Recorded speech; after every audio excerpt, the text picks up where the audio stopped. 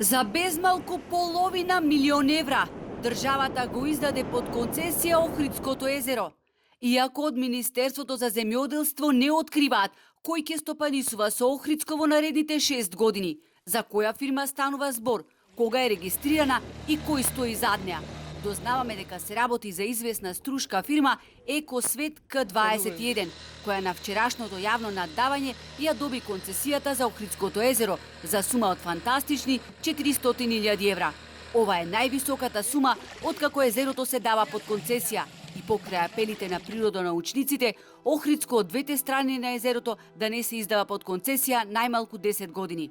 Она што ние за кое што се залагаме е пред се интегрирано управување на езерото, каде што двете страни, двете држави со своите технички експерти ќе седнат, ќе направат проценка на рибниот фонд, ама реална проценка, која што не е направена одамна.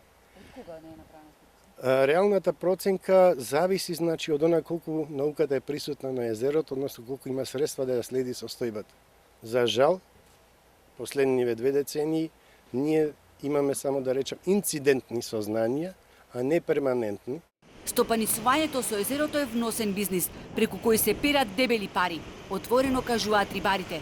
Државата не смее, како што тоа беше досега, да им го дава враце Охридско на луѓе кои единствено водат сметка само за приходот кој го остваруваат, стопанисувајќи со езерото, не водејќи грижа за заштитата на рибната популација.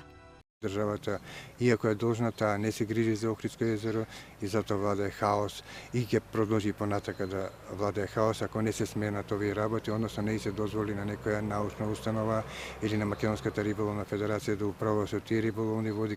Имавме искуство од претходните концесионери дека тој, например, пријавуваше дека за 5 години уловил некаде 400 до 500 килограми пастрмка. Охридското езеро 4 години е без стопан. Никој не се грижи за зачувување на рибниот фонд. Напротив, се врши масовно рибокрадење, а никој досега не одговарал за недозволен риболов, иако тоа е кривично дело според член 229 од Кривичниот законник.